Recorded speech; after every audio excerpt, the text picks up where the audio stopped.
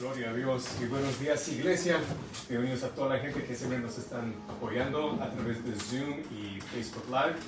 Vayan conmigo, por favor, al libro de los Hechos, capítulo 19, por favor. Y hay algo que ustedes se van a dar cuenta bastante, especialmente cuando están leyendo sobre la historia de la iglesia.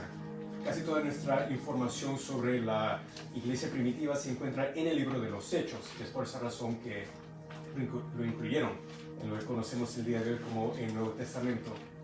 Pero después de que leemos los Evangelios, el libro de los Hechos, esos son como biografías. Es la historia de Jesús y sus primeros seguidores. Y después lo que nosotros, nuestra fe, en lo que basamos nuestras enseñanzas y prédicas y todo eso, casi todo viene de las cartas que vienen después, especialmente las cartas de Pablo. Los más famosos, por ejemplo, cuando lees 1 Corintios 13, que habla sobre el amor, eso fue escrito por Pablo, dedicado específicamente a una iglesia. En ese caso fue la iglesia que existía en la ciudad de Corinto, en el sur de Grecia. O, por ejemplo, cuando leemos el libro de Romanos, la iglesia que estaba en Roma. Y creo que fue hace un mes, más o menos, que les conté la historia de Hechos capítulo 16, de cómo se estableció la iglesia en la ciudad de Filipos, que hasta el día de hoy tú puedes visitar, queda en el norte de Grecia, y que basado en esa experiencia, esa historia famosa de que cuando Pablo y Silas estaban en esa cárcel adorando a Dios y hubo ese terremoto, y nos dimos cuenta de que, mira, cuando le preguntas a la gente, ¿para qué Dios envió ese terremoto? La respuesta fácil y lo que parece lo más obvio es obviamente para sacar a Pablo y a Silas, pero no se escaparon. Entonces, ¿Dios se equivocó o qué? Entonces, ¿para qué Dios entonces envió ese terremoto si nadie se iba a escapar de la cárcel? Pablo y Silas se dieron cuenta, y hasta el tipo que estaba de cargo de la cárcel se dio cuenta que Dios había enviado ese terremoto no para salvar a Pablo y a Silas de la cárcel, sino para que él y su familia sean salvos. Ellos fueron los fundadores de la iglesia en Filipos. Entonces, ahora tiene sentido cuando lees las cartas de Pablo dedicado a estas iglesias específicamente. Estaba hablando sobre temas, problemas o asuntos o preguntas que tenían basado en una experiencia que él tuvo o los primeros seguidores tuvieron. Por eso en Filipenses lees, por ejemplo, cuando él dice que debemos regocijar en todas circunstancias y que todo lo puedo en Cristo que nos fortalece. Ese tiene sentido ahora cuando te das cuenta, está hablando por la experiencia que él tuvo, que estaba en la cárcel acusado de hacer algo que él no hizo. Él no dañó ninguna propiedad, porque ninguna mujer es propiedad. Él liberó por el nombre de Jesucristo, liberó a esta señorita de espíritus malignos que le hacían practicar brujería. Entonces, incluso en eso, los pegaron, sacaron la ropa, estaban dentro de una cárcel con frío y con ratones literalmente, pero aún en eso regocijaban. Y por eso ahora él exige a esa iglesia, así como yo y Silas pasamos por eso, quizás ustedes también algún día van a tener que pasar por eso. Cuando eso sucede, yo quiero que ustedes igual regocijen. Entonces ahora estamos leyendo, esto es el capítulo 19, el título que yo tengo en mi Biblia, yo leo de la Nueva Biblia de las Américas, es Pablo en Éfeso. Y el segundo título, la iglesia se establece en Éfeso. Éfeso, o sea, el libro de Efesios. Estoy segurísimo que muchos de ustedes, si no han leído el libro de la carta de Efesios, al menos han escuchado sobre, por ejemplo, la armadura de Dios. ¿Quién ha escuchado al menos la armadura de Dios? Quizás no la han memorizado. Cuando yo estaba en la iglesia cristiana nos hicieron memorizar eso, creo que estaba en el 6º grado, por ahí, yo tenía unos 12 años. Pero lees eso y es bueno pensar cuando ustedes están leyendo las cartas de Pablo o incluso de Pedro o de Juan, ¿por qué escribió eso? ¿Qué era el contexto de todo? ¿Por qué no dice? Te das cuenta de que Pablo dice cosas diferentes dependiendo de la iglesia. O sea, cada iglesia tenía sus necesidades espirituales, sus preguntas, sus discusiones teológicas, y él está obviamente hablando a ellos. Entonces, ¿qué sucedió en Éfeso que le causó a Pablo años después escribir una carta a la iglesia que se estableció? Bueno, vamos a hacer eso. Entonces, Pablo había estado en Corinto estableciendo la iglesia ahí con un hombre que se llamaba Apolos, entonces lo dejó ahí. Dice acá, mientras que Apolos estaba en Corinto, Pablo, después de haber recorrido las regiones superiores, todavía está en Grecia, él llegó a Éfeso.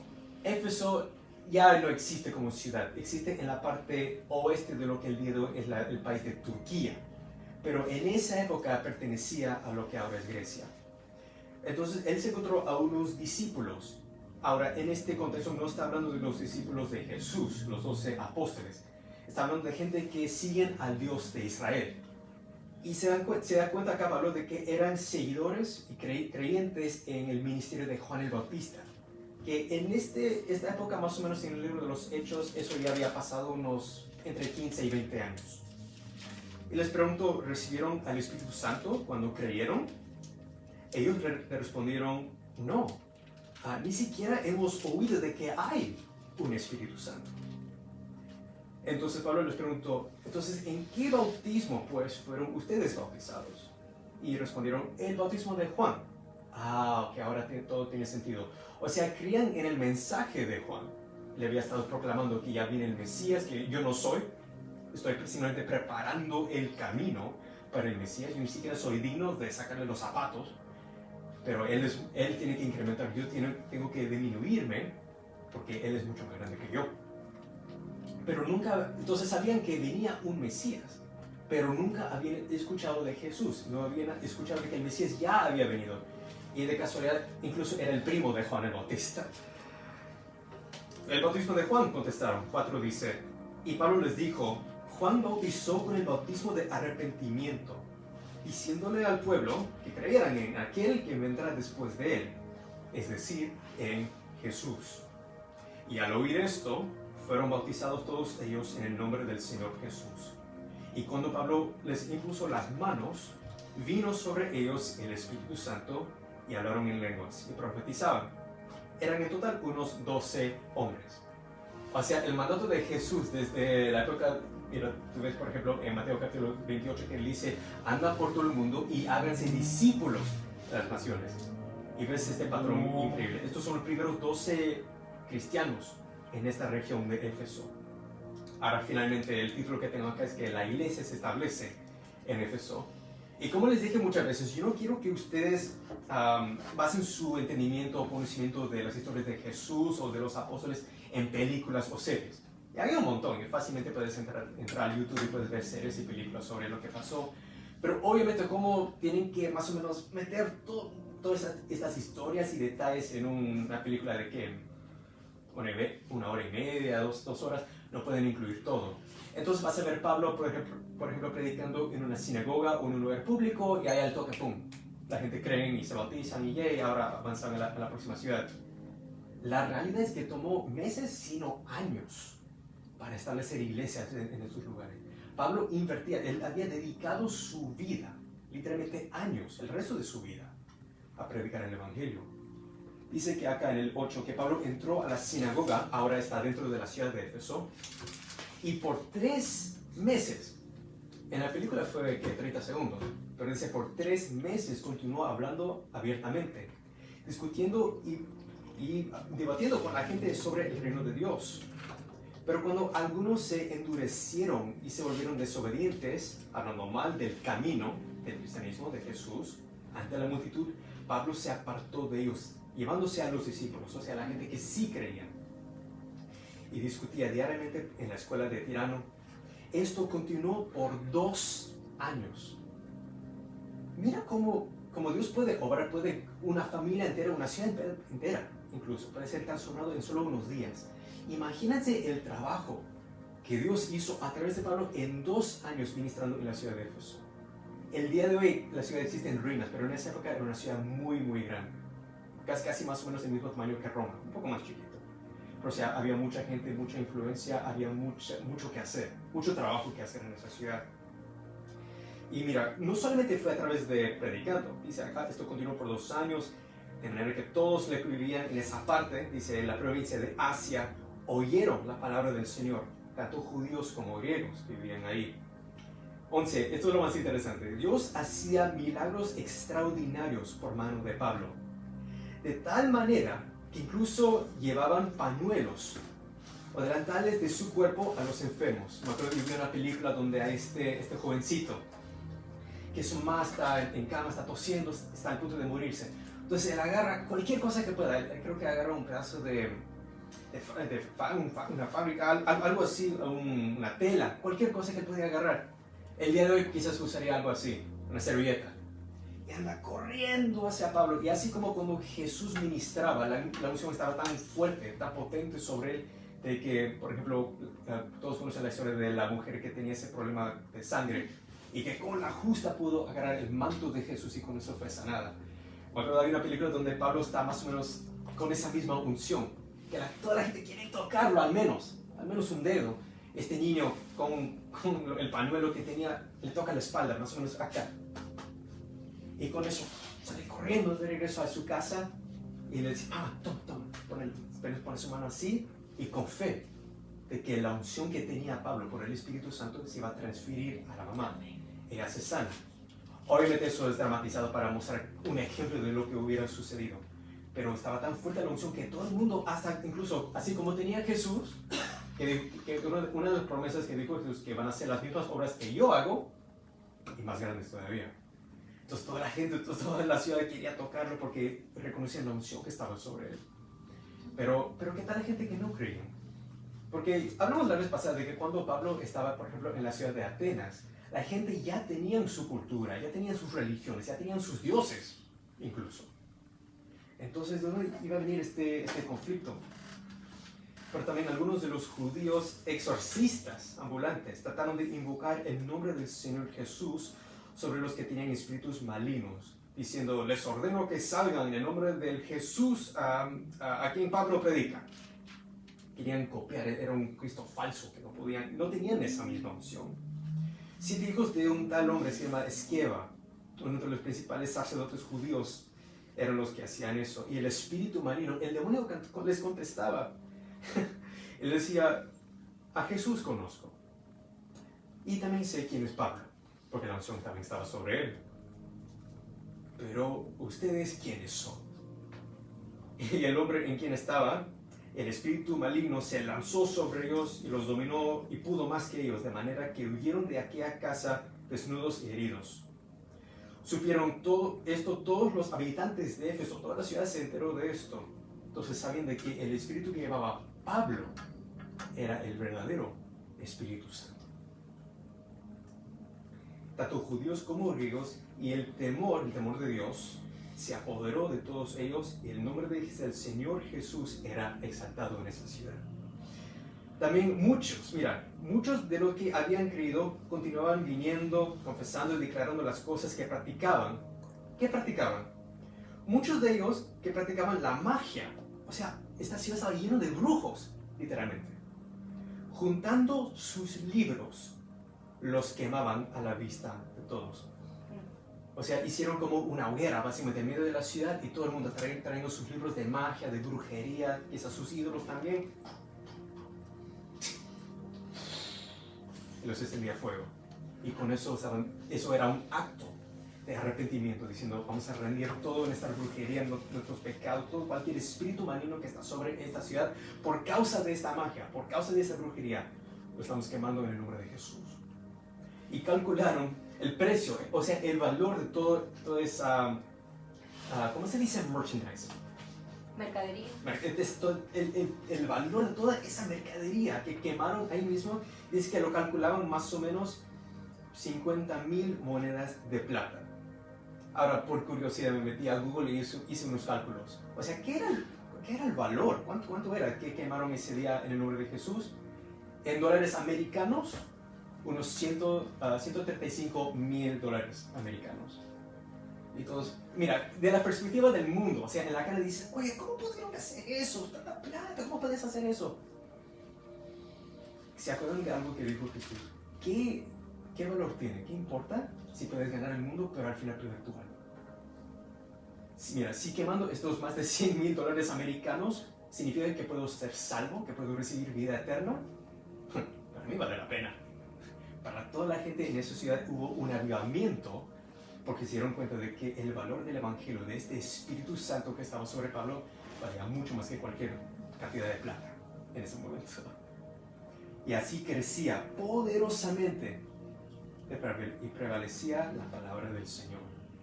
Entonces, literalmente, si hubiera una película que mostrara todo esto, hasta podrías dedicar una película entera sobre solamente esta parte del libro de los Hechos, porque el ministerio de Pablo acá dice que duró 2 años. Literalmente verías un avivamiento. Incluso me acuerdo que, creo que unos años atrás pasamos estos DVDs de los 90s, se llama Transformations. No sé cuántos se acuerdan, es un documental de cómo hubo avivamientos en diferentes ciudades por diferentes partes del mundo.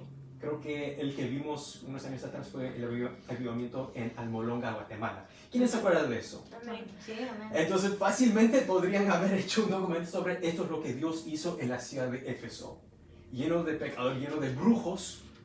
Y todos estos brujos quemaron sus libros de magia y se rindieron ante Jesucristo. Increíble. Casi nunca escuchas de historias así. Pero obviamente no toda la ciudad estaba feliz de eso. Dice acá de que por aquel tiempo, esto es el versículo 23, por aquel tiempo se produjo un alboroto no pequeño por motivo del camino. O sea, hubo un avivamiento y había algo o alguien ahí que obviamente no estaba agradecido con eso. Porque cierto platero que se llamaba Demetrio, que labraba templecitos de plata de Diana, era una de las diosas griegas de esa época, y que los producía no pocas ganancias a los artífices. O sea, había esta gente que vendía mercadería de la diosa Diana. Ya habían quemado un montón de libros, pero ellos se dieron cuenta, oh no, ahora por causa de que mucha gente está abandonando a la diosa Diana y la brujería y todo eso, están ahora siguiendo a este Jesús, ahora nuestro negocio está en peligro. Entonces no voy a leer todo el resto del capítulo, pero lo que sucede es que hay este conflicto dentro de la ciudad de Éfeso. Literalmente se divide la ciudad entre los que se rinden ante Dios, ante Jesús, que dejan de lado su idolatría, su brujería y toda esa basura, y literalmente los queman, y la gente que dice, no queremos rendirnos. Entonces hay este conflicto y literalmente una pelea entre ellos. Y es muy fácil, incluso el día de hoy. Cristianos, mira, esto es la ciudad de Éfeso. ¿Qué pasa acá en la ciudad de Toronto? Yo sé que hay gente viendo este live stream desde Lima, desde ciudades en México, por ejemplo, en Argentina, Buenos Aires, la Ciudad de México, donde sea. Acá en Toronto hay una potestad. Cada ciudad tiene potestades. Estos poderes espirituales, literalmente demonios que tienen este dominio sobre la ciudad, que causa el pecado y la muerte. En la ciudad de Toronto, por ejemplo, es el orgullo. Entre muchas otras cosas, pero por eso tenemos hasta un mes entero, en inglés se llama Pride Month. Literalmente el mes del orgullo. El orgullo ya es pecado así nomás, pero el orgullo, están orgullosos literalmente de estar en rebeldía contra Dios. Entonces tú ves, por ejemplo, mi papá ha hablado varias veces sobre a este pastor que predica en el downtown, en el centro de Toronto, se llama David Jonathan Lynn.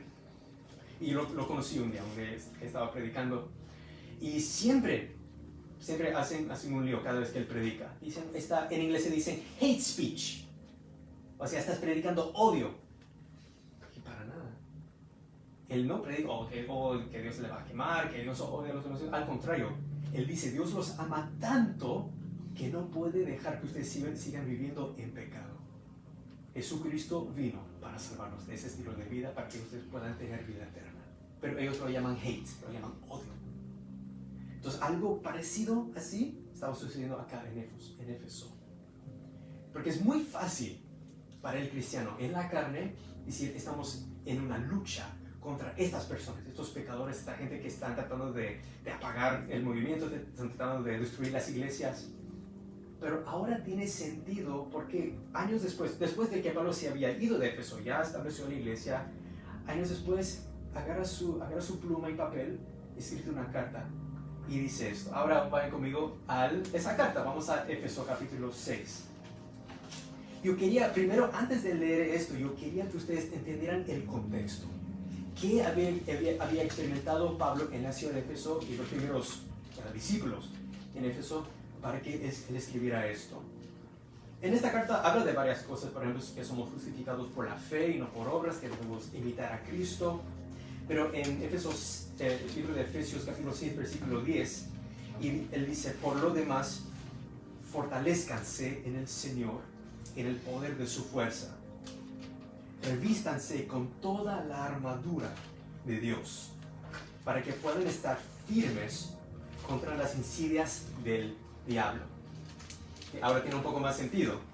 Y mira, dice acá, mira, es muy fácil mirar a gente como Demetrio, estos hombres que están luchando contra la iglesia porque su negocio y su templo de Diana está en peligro por el evangelio.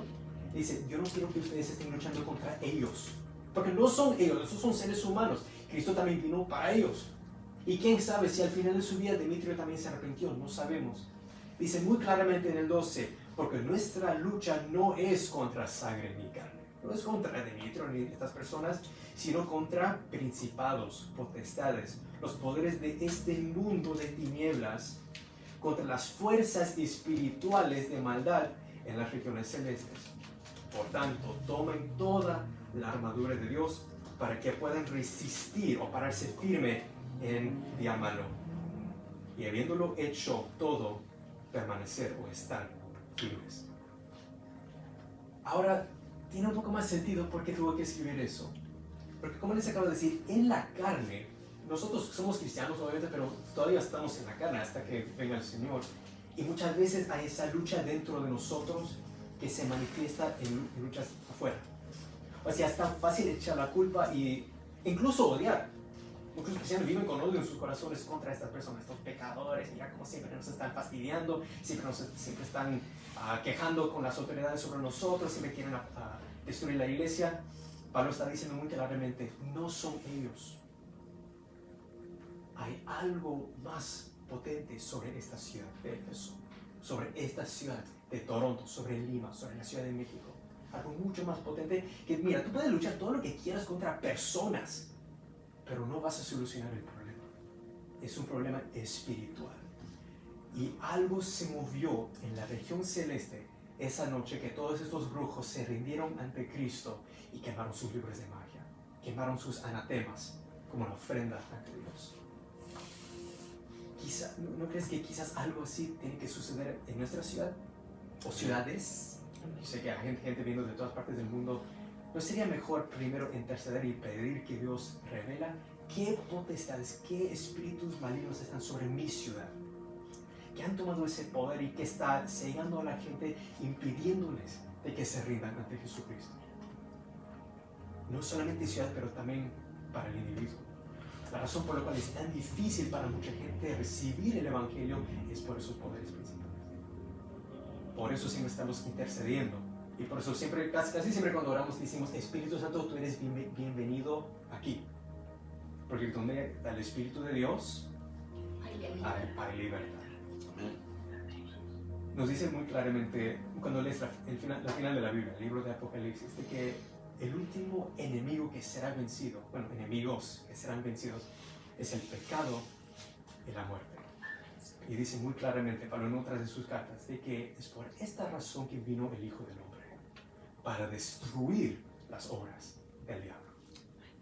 Y por eso Jesús, quien es Dios hecho carne, se hizo como tú y yo, se humilló, como dice Pablo en su carta a la iglesia en Filipos, y fue obediente hasta la muerte en una cruz. Pero por esa razón resucitó y Dios lo ha exaltado. Está sentado a la diestra del Padre y Él ofrece a todos.